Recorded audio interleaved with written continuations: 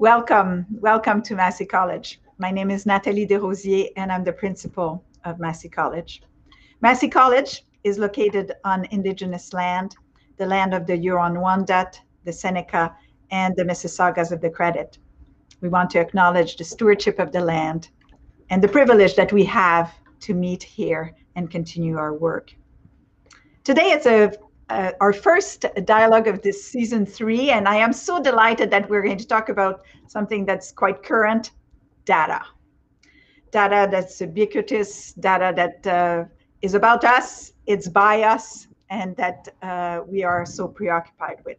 And I have with me some fabulous guests that will be discussing this important issue. So we know that we have now moved to a place where we use data all the time. Studies show that members of the public see data as an asset that could be used, but there's no blanket approval. We're all sometimes a little bit worried about the way it's going to be used and the way it's going to be collected. So today the talk is entitled Social License: Using and Managing Data in Ways That Members of the Public Support. And we have with us Dr. Alison Paprica, who is the executive advisor and affiliate scientist at ICES, which is an independent nonprofit research organization that uses population-based health and social data to produce knowledge on a broad range of healthcare issues. She's also a member of the Executive Committee for Health Data Research Network Canada. In the past, she was vice president at the Vector Institute for Artificial Intelligence, and she was the first director of strategic partnership at ICES. So she has a degree from a McMaster, from Western, and we are so delighted to have her here because she's also a professor, an assistant professor at the Institute of Health Policy and Management at University of Toronto, and she is a senior fellow at Massey College. So delighted to have you with us, Alison. I also want to say that the idea of the Massey Dialogues is also to bring in the voices of the new generation of researchers. So I'm delighted that we are joined by Julian Posada, who is a PhD candidate at the Faculty of Information here at University of Toronto. He also was the Don of Hall at Massey, so he is one of the junior fellows here. And his research combines sociology, political economy, software studies to look at the ethical organization models for labor and implementation of AI around the world. He has worked at the French National Center for Scientific Research and holds the BA in Humanities from Université Paris-Sorbonne and a Master's in Science from the School for Advanced Studies in the Social Sciences. Welcome, Julian. Always nice to have you here. And finally, we have Keith Jansa, who's the Executive Director of this CIO Strategic Council. He works with Canada's most forward-thinking public and private sector chief information officers to really address the impact of this enormous digital transformation on the way our economy is framed. So he was vice president of standards and innovation, and really he provides fabulous leadership on these big issues of our time. So again, I want to thank him for being here. So let me start with Dr. Paprica, Alison. Can you just, what do you do? What's your project, and what are you finding in your work? Well, it's a pleasure for me to share information about it, Nathalie, and with all the participants of this dialogue. So really what we've been engaging in for several years is a program of qualitative research to learn more about social license. In other words, what uses of data the public support and what uses they don't support.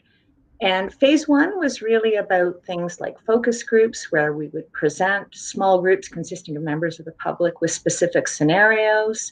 Sometimes people would give consent for their data to be used in the scenarios. Sometimes the scenario would deliberately not include consent or might include sensitive topics like genetic information or private sector involvement. And we just have people react to these scenarios so we can learn more about what things they support in terms of the potential benefits of data use, and where they would put conditions or limits on how data are used. That was really phase one. Phase two, which we're moving into now, is about taking what we've learned and putting it into practice. Because I am a strong believer that we do have alternatives. We don't just have to put our hands up in the air and say we give up when it comes to having a say in how our data are used. And so we've got a number of initiatives underway where we're taking what we've heard from our research and the research of others and trying to make it easy for organizations to do the right thing when it comes to responsible data use and management.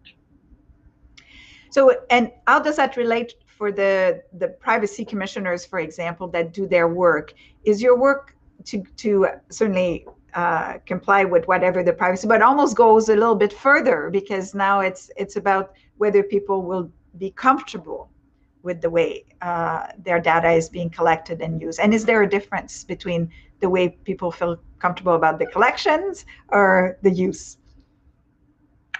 Yeah, that's a great question, Nathalie. And there's sort of two ways I can answer it. So one way of thinking about it is, well, what's legally allowed? So you might imagine a big circle. And then we might imagine a smaller circle, which is the subset of all those things that are legally allowed, including according to privacy law, that rests within the circle.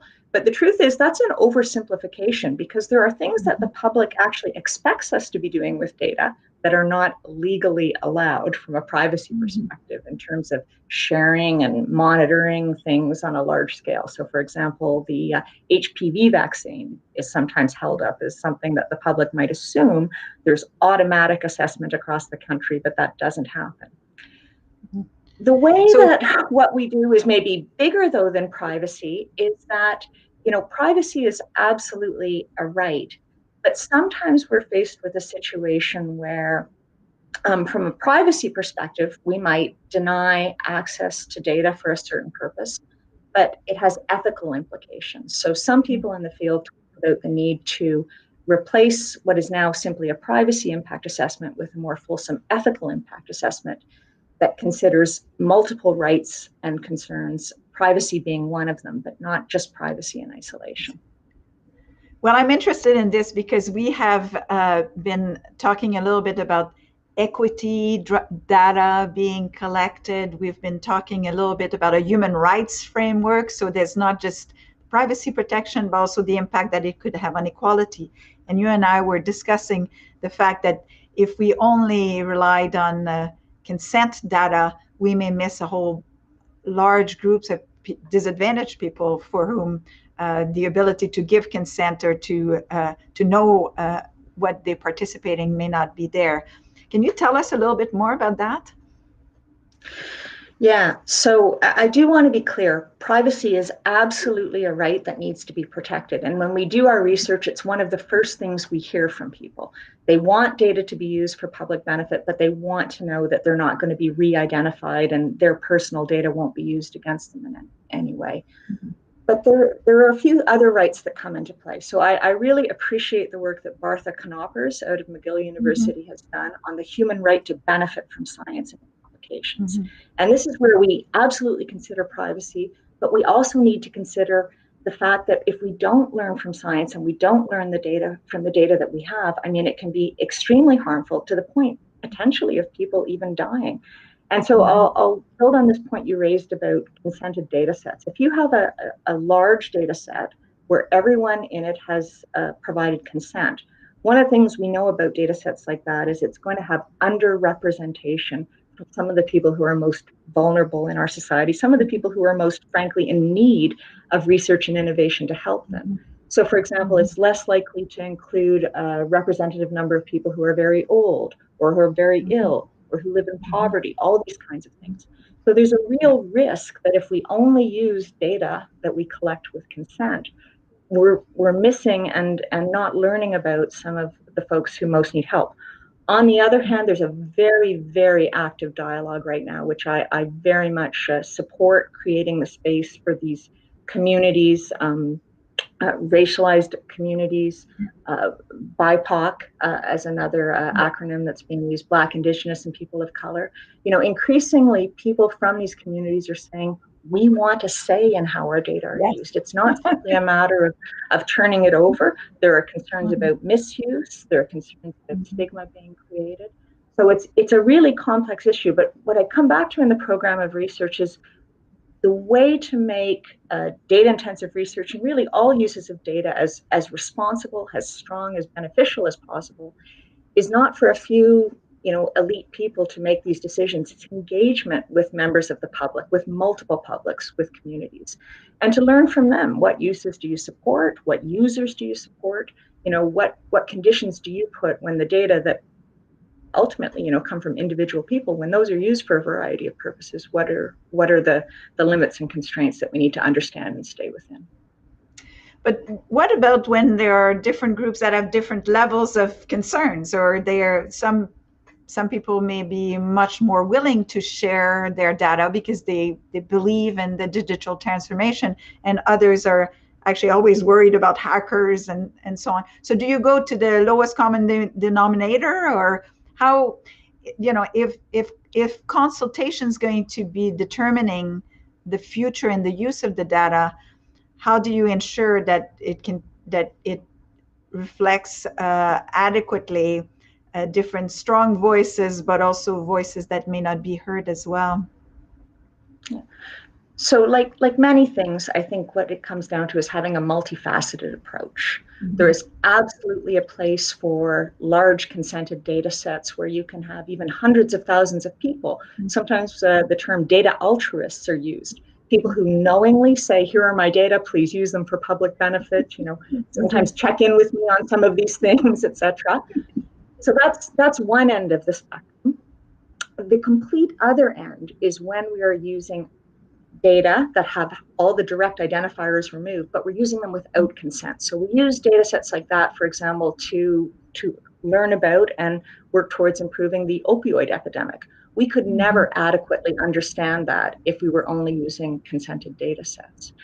And our view is that across the spectrum and across the multifaceted approaches, the more that you're using data without express consent, the deeper the requirement for public consultation and involvement in decision makings, because we have to prove ourselves to be so trustworthy when it comes to those uses of unconsented data. Well, I can just see how much this is an area that raises all sorts of ethical issues on an ongoing basis. And it looks to me that the very questions that are being asked here are fascinating from a practical point of view. Like I guess every organization has to decide how it manages its data and what type of data does it hold, how does it hold it, and to whom does it with whom does it share it with, I guess. So when you talk about the practicalities of your research, it's really helping others decide how to do it, is it? Yeah, and that seems like a good setup, but I'll attest to it just being coincidental. A group of us came together on exactly this point. How can we distill all of these things into a small set of essential requirements that would make it easy for people to understand what's necessary for responsible management? And as a group of 19 people, we came up with a total of 12. And to give you an idea, one of them is that you must have legal authority to do the kinds of things you want to with data. So that's one. But 2 out of the 12 actually relate to public engagement and involvement. Yeah. And again, we come back to it's complex. It's going to be ever evolving. This work will never be done. But what is important is that we engage early and an ongoing basis with members of the general public. That's one of the requirements. And the second one is in cases where you have a group or community where a general group of advisors is not going to be sufficient, you really have to have tailored engagement with that group of people. And increasingly, I would say that engagement and involvement is taking the form of saying we're creating the space and resources for communities to make their own decision, have data sovereignty, and community and organization level control of data assets. So let me bring in Julian about because part of your study, I think, demonstrates that not everyone or every group is or is as comfortable with data sharing as others. And Julian, you've been working in this field, looking at the workers who are the ones that are involved in AI. When you read or when you listen to Dr. Paprica, what comes to mind for you? Well, I think that first of all, the initiatives that Dr. Paprica described are great and are desperately needed standards on how to use data from individuals. And there's a lot that we can learn from health practitioners and people in the healthcare sector about how to collect responsibly and how to seek consent from people, how to use these data sets in a way that they anonymize, but they also serve the public good. I find it amazing. For my research, my research focuses on those who label data from the global south, and this gives me a glimpse of some of the supply chains for data that are around the world that are very similar to supply chains for other types of industries, which makes me think, if I see this data being transacted internationally across national boundaries, how do you regulate this so it upholds the requirements that Dr. Paprica was describing? Because you see, for example, someone in the Silicon Valley has a data set, they require someone to label it, they send it to a company in Australia who then distributes this workload to people in India, in Venezuela, in the Philippines. So you see how this data goes and transcends national boundaries. So which laws apply, which regulations apply is a big question that remains unanswered. Oh, well, that's interesting. So where are you using some framework to understand what should be done about the data? Is it possible to have international standards being developed? That would be a goal, but it's very difficult. Usually what happens here is that there are no standards for the private sector that handles this data. And it's very difficult as a researcher, especially one from looking for the worker's perspective, to understand where does it come from, where does it go? You as a worker who are labeling this data, for example, you receive the instructions and you have access to the data set with no idea that what you're supposed to do with it after you complete tasks. So, for example, I've had the workers who share images of people in their houses, asking like, how was this taken from, and who are these people? Like images of people in their houses doing their things, and they have to label it, describing like, okay, this is a human being, this is an object here, there. But then the question for the workers, some of them is like, why are we labeling this, and who are these people? Did they consent to this? This is not okay for me sometimes. So this is something that I can observe from my research. Yeah. Well, that's it. Let's bring in Keith, since he is he's about standards and he wants to engage, I think, in a quite a purposeful way and a deliberate way about managing these standards around digital transformation. What do you make of Alison's research, Keith? Well, there's definitely a lot to unpack. You know, even just with you know, the remarks thus far, there's this notion of privacy and there's this notion of ownership around data, and then likewise control over the data.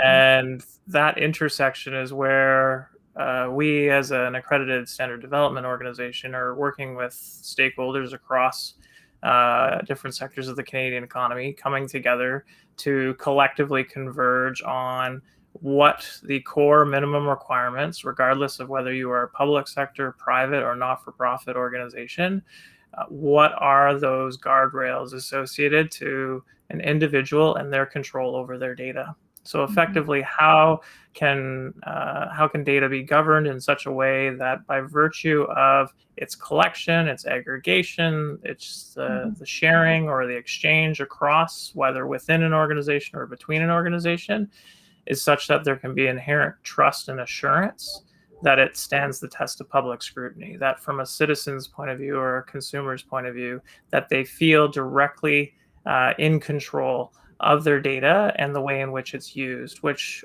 in the digital era, modalities around consent are certainly challenged in comparison to what we're traditionally used to, especially in the research environment, that can have its challenges. Because I think we all have experienced the click here if you consent to the terms and condition, and not too many people read all these long terms and condition and consent. That has brought a little bit some people to question whether the notion of consent is the right notion to use for as we move forward in this world. And I hear you saying, well, it's consent plus, it's consent, but you own your data, or you should have a sense that your data is collected in a reasonable manner. Is that where we're going? It's not consent alone that is going to protect you.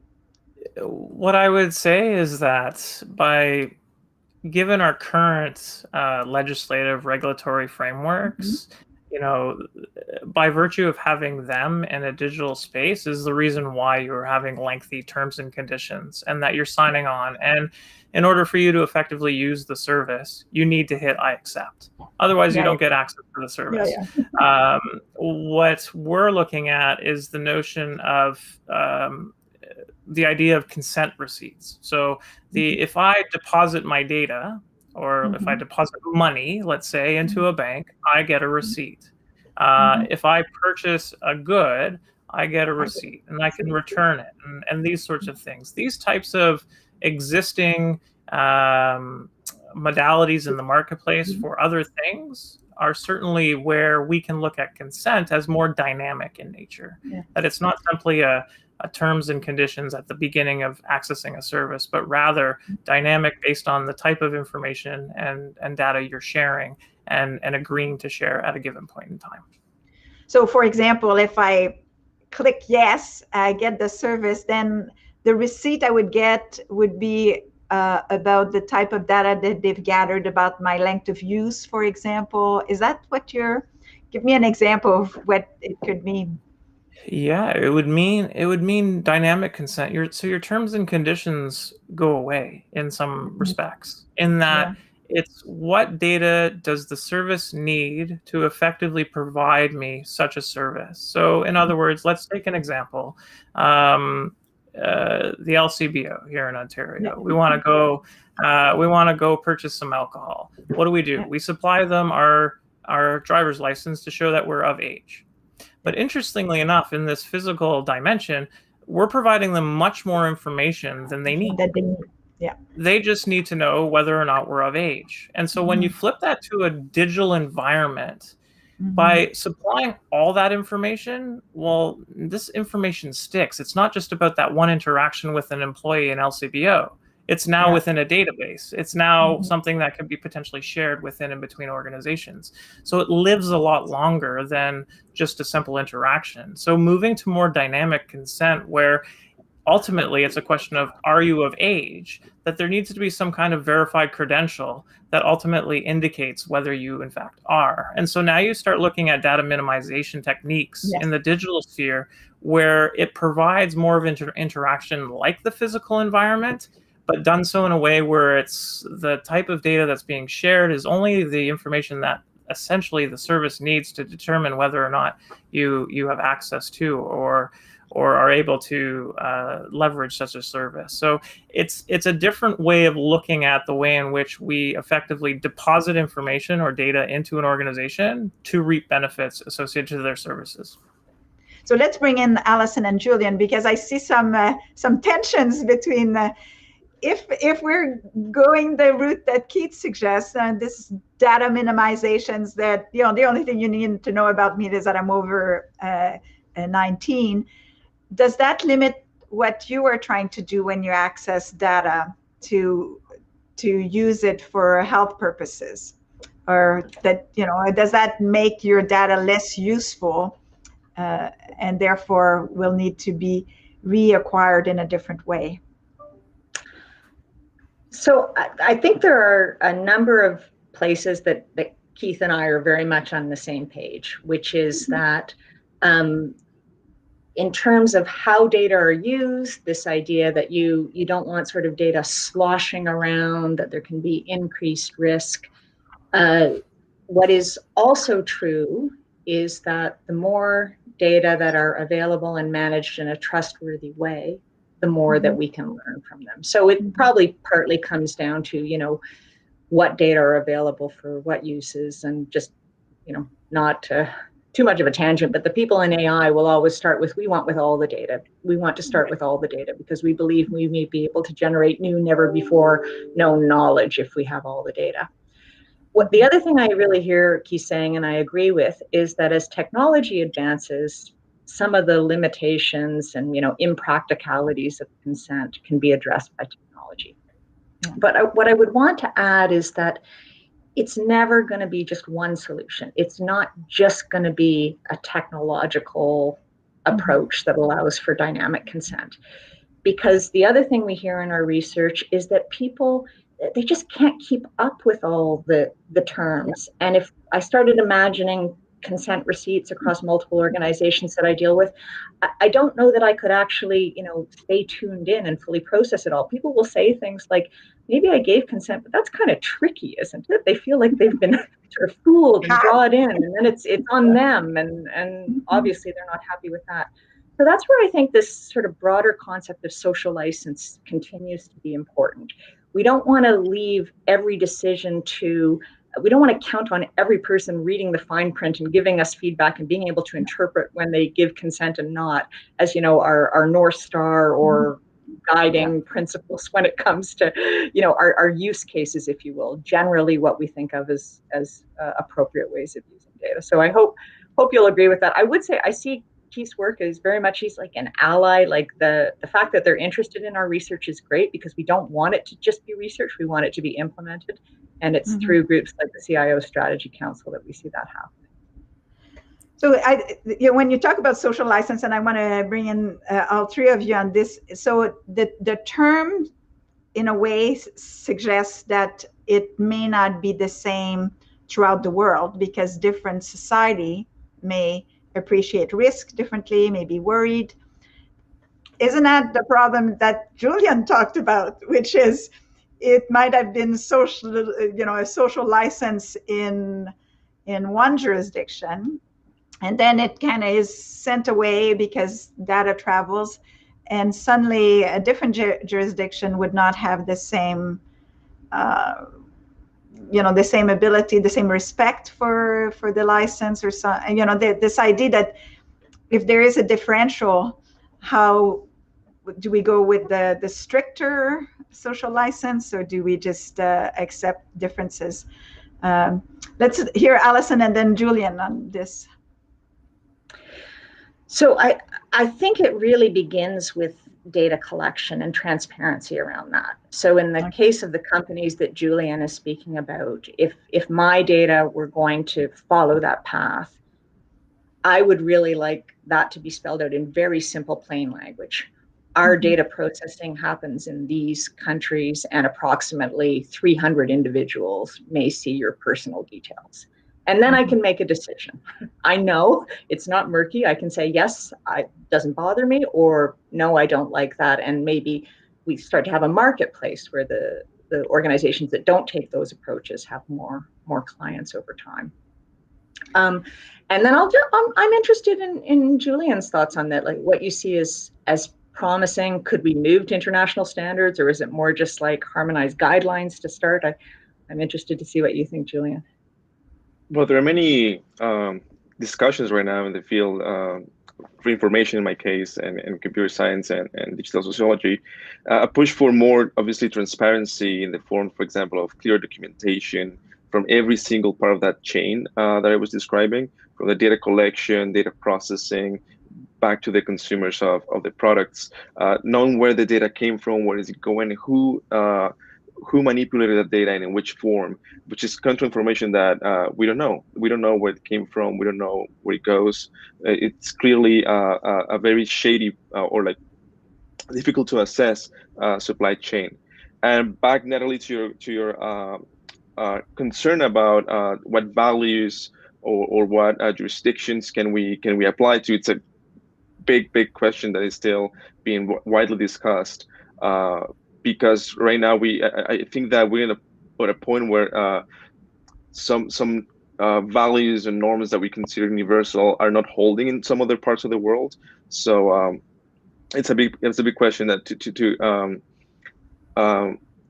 realize how to make these systems work for everyone, for every culture, for every set of ethical standards in a global and connected world. Mm-hmm.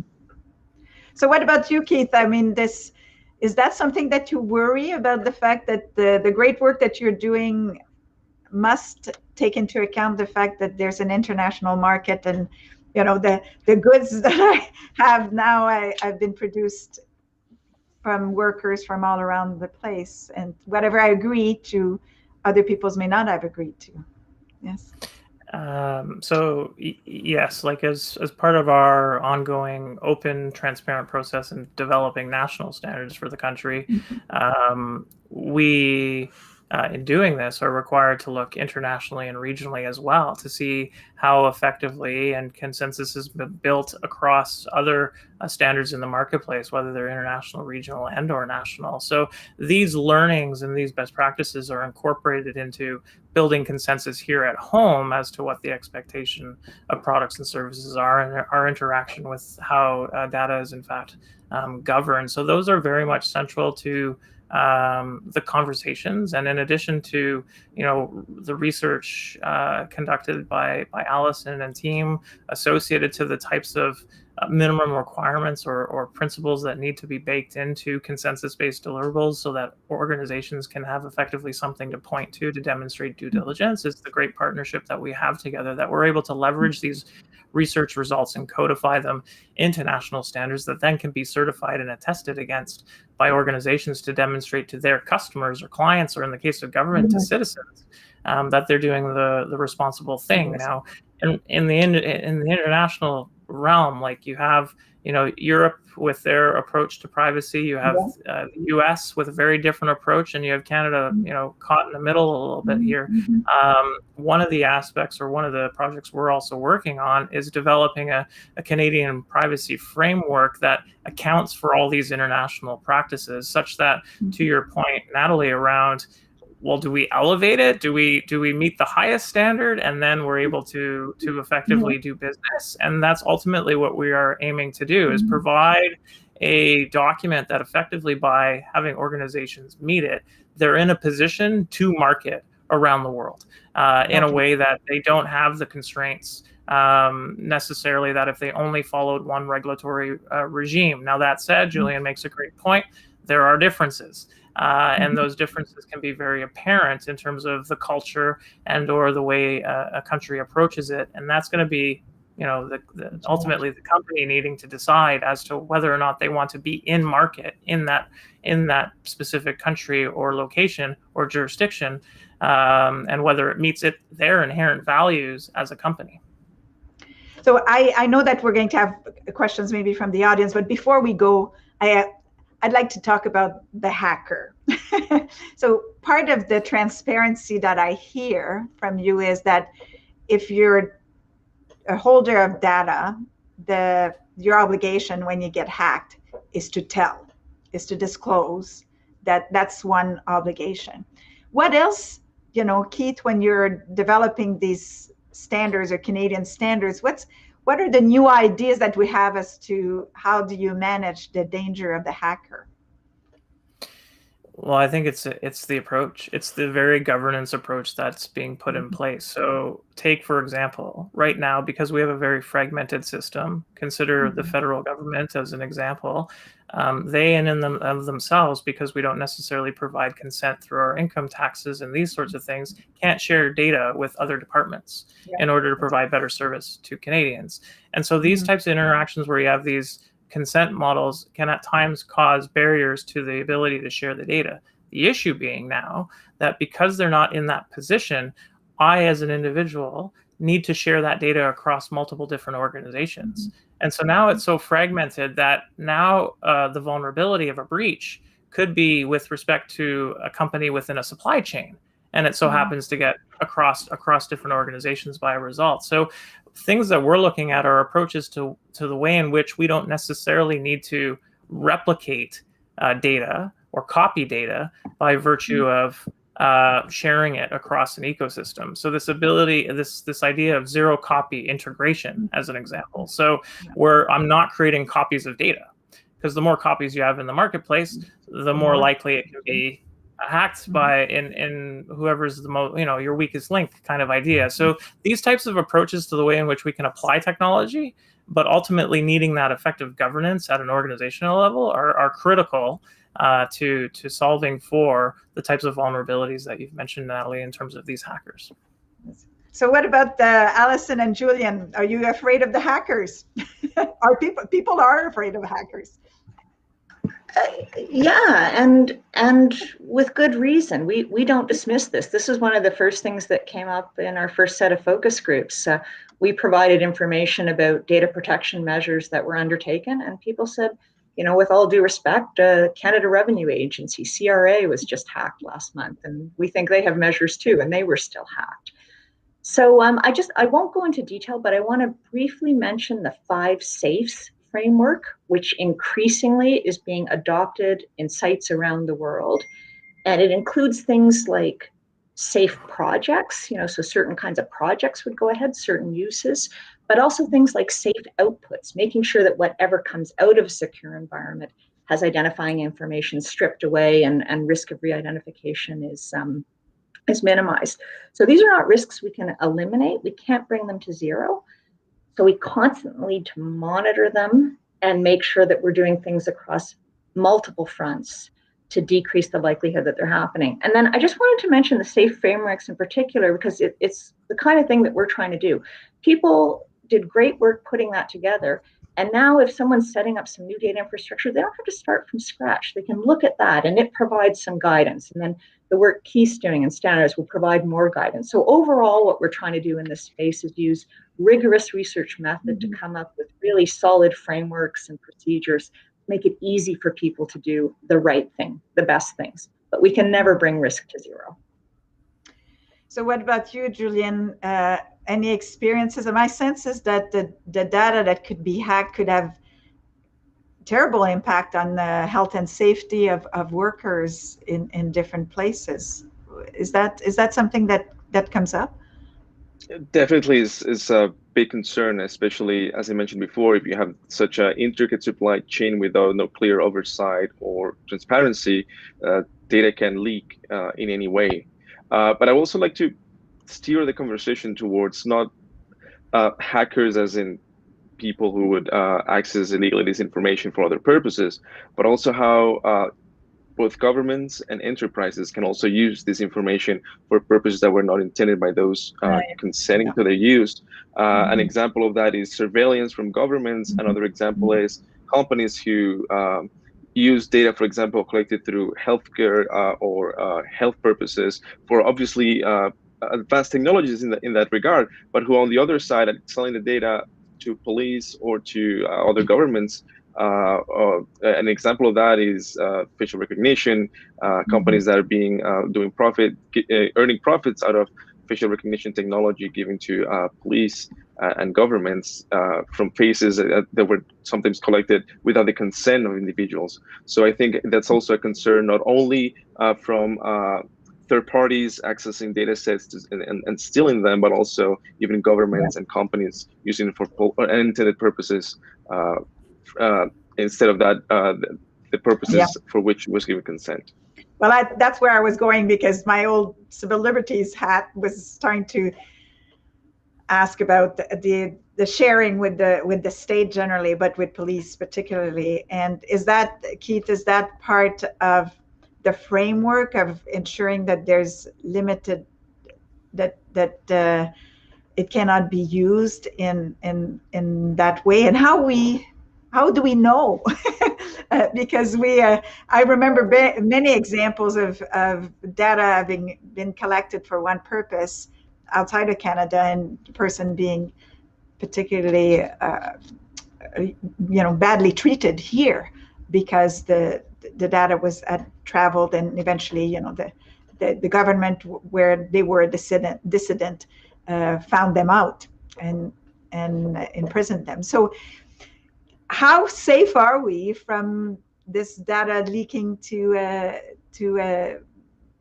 bad purposes or purposes of abuse and so on? Yeah, I'll tackle it two ways. So one, every person in and of themselves have a responsibility toward cyber safety, cyber security, toward ensuring that the data that they're providing is in a form that effectively is in a form that can be used, and then in turn that it's not over the need in terms of what's in fact provided.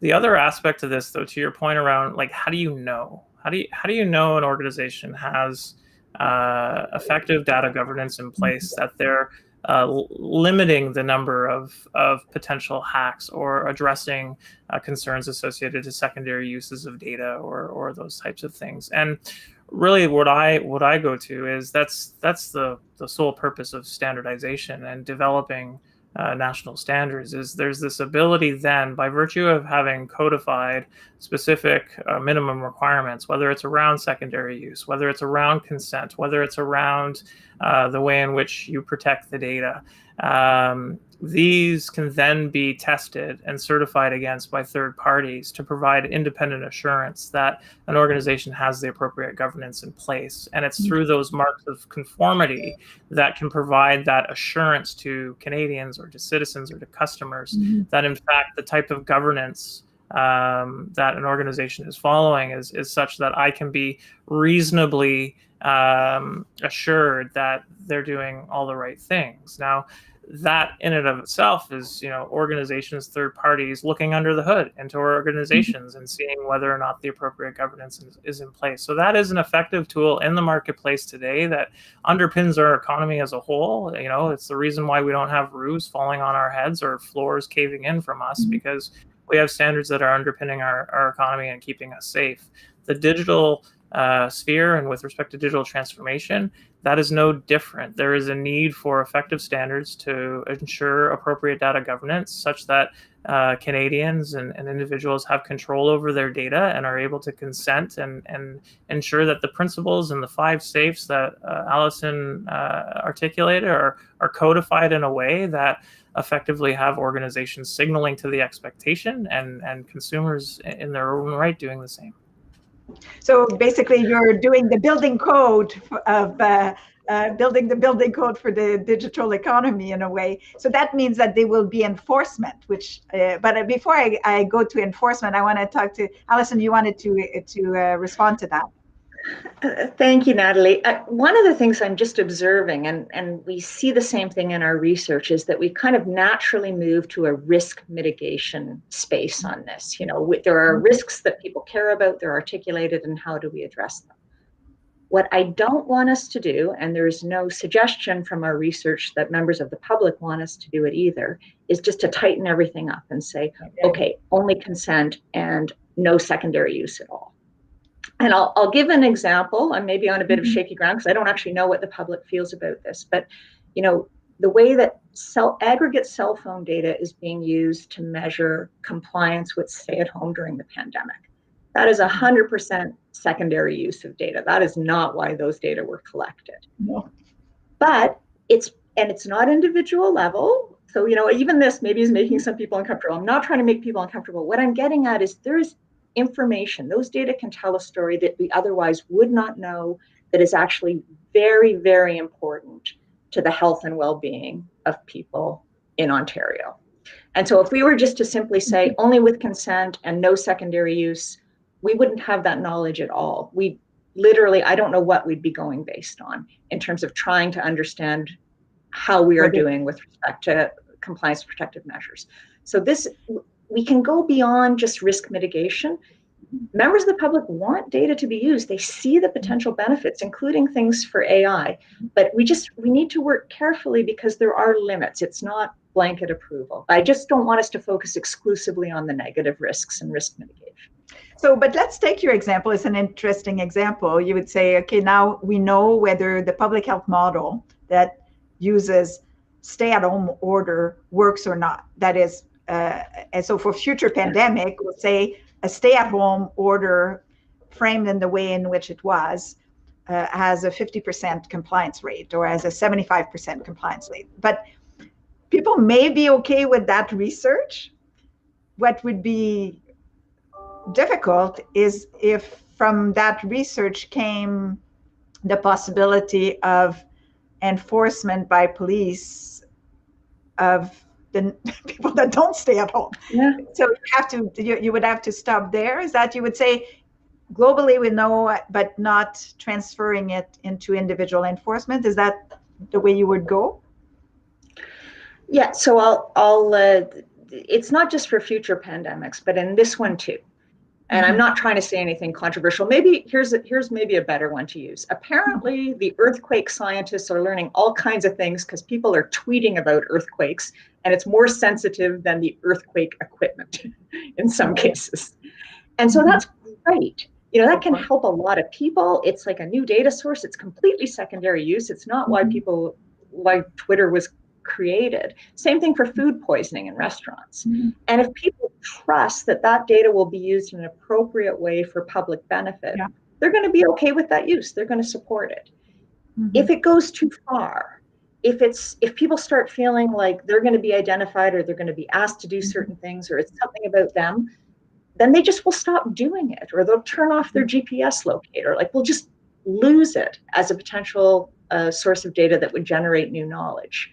So what I'm encouraging us to do is not just move to that full-on risk mitigation or risk avoidance, to talk with people about particular use cases. These data are so valuable. In some cases, the secondary use may be far more valuable than the primary reason the data were collected. So we don't want to just tighten things up and put a halt to things.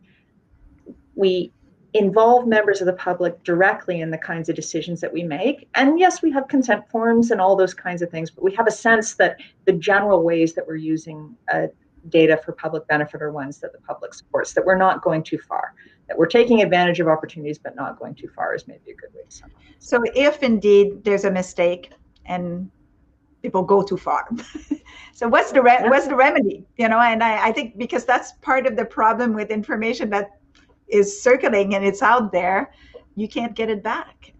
Julian, any thoughts on the benefits of secondary use versus not being too risk adverse here, or is that your reflex?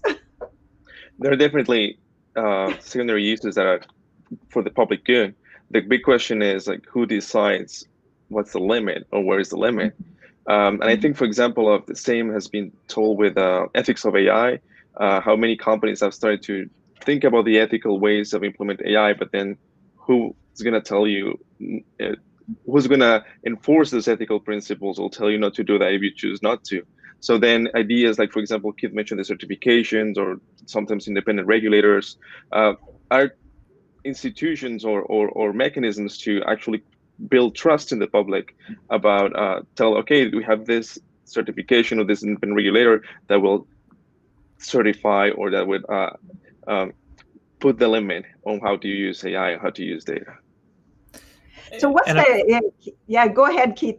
Yes. Just if I could, it's going off of what Alison said at the end. It was the notion of the individual having control over the data. So the secondary use aspect, certainly you can codify by virtue and standards as to what's permissible as to appropriate secondary use. But I think what it all underpins, because we all are individuals, we all have our own respective values, we all have our own risk tolerances, that if we are able to change the paradigm where you have the individual with control of their data, they can make those decisions. And so the secondary use problem can be addressed by virtue of it being available, it being an option, it being something that individuals can say, yeah, if there's a secondary use for this in which it benefits the public good, I see no reason why not. But there needs to be this notion of being able to opt out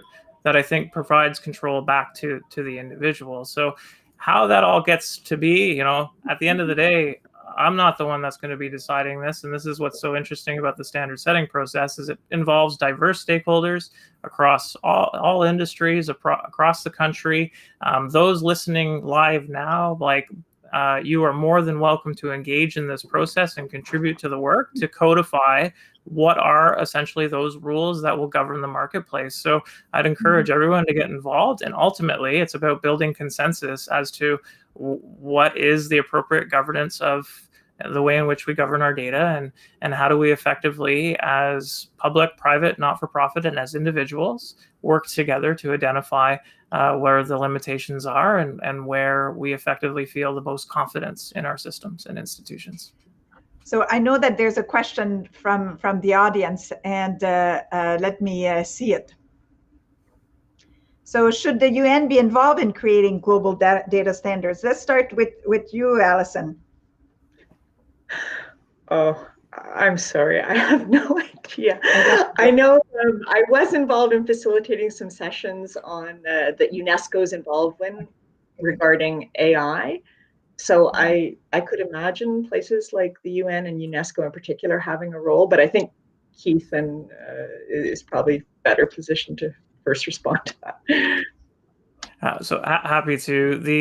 There is a UN, as much as UNESCO is looking at the AI realm and is coordinating, there's also a UN group called the International Telecommunications Union, and that's as in part linked to the UN, and you have national economies around that table effectively codifying international standards in that space, specifically around telecommunications, but it's starting to broaden in scope in relation to data. So what about Julian? Well, I know that the World Economic Forum is also working with Schwarzman Institute at U of T also to create certifications, global certifications, and other international institutions as well. The big question is who are the ones making the decisions? And it's usually the usual suspects, Europeans and North Americans, speaking for all the world. And I'm saying that as a South American who gets cruelly represented in those institutions. And I know that indigenous people have been complaining about data being collected about them without them, and therefore that's so the governance is going to be key. It looks to me as we move forward, so that both the benefits can be realized, but also the risk may be mitigated. We're coming to the end of our hour. I just have one more question. Part of me thinks that, in a way, the limits will never be enough. Whether it's because there won't be enough compliance, or there won't be enough enforcement, or it's a big world and the data circulates very quickly, and there'll be some differences of opinion.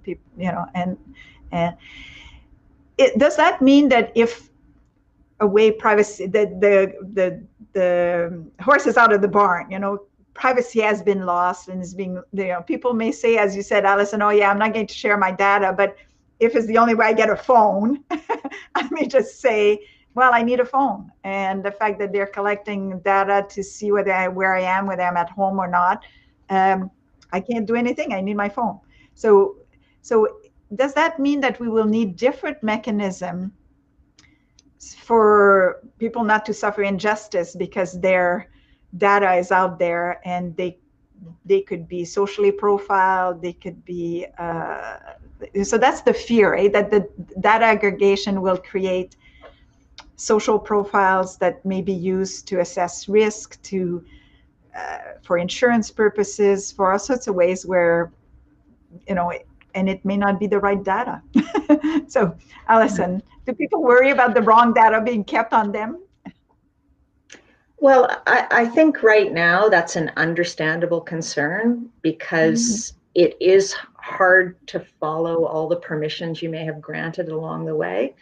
But I am an optimist, and I believe that if we start giving organizations, for example, draft texts, almost like laundry symbols, but for how they handle data, then we can have a marketplace where different organizations take different approaches, and people can choose to go with organizations that make commitments to privacy. I don't think privacy is dead, and I do think there's a way forward as long as we keep connected to members of the public, so that we don't just shift into full-on risk aversion and risk avoidance.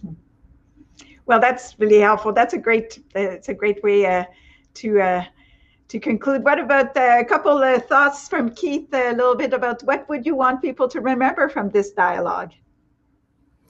Well, I think the other thing is there's a market to compete on privacy. There are alternatives in the marketplace where there are what are becoming more responsible organizations providing alternatives to your mainstream type of organizations providing services that are very much underpinned through privacy. So, my last words here are, as an individual, as a consumer, as a Canadian, there is an effective role each of you can play, whether it's in engaging in standards development activities to help codify marketplace rules, through to looking at the alternatives and investing in those with respect to how you go about your day-to-day. But there are certainly alternatives starting to hit the market with respect to technologies where you don't need to forego privacy, because those companies have embedded it into their respective products and services.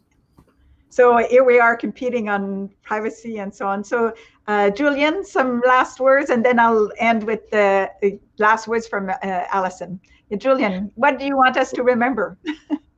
I would say also don't forget power relations. For example, I know workers who have to sell their faces, in the sense of taking photos of their faces, taking photos of the faces of their family members, kids, and sell them to companies, because that's how they make their living.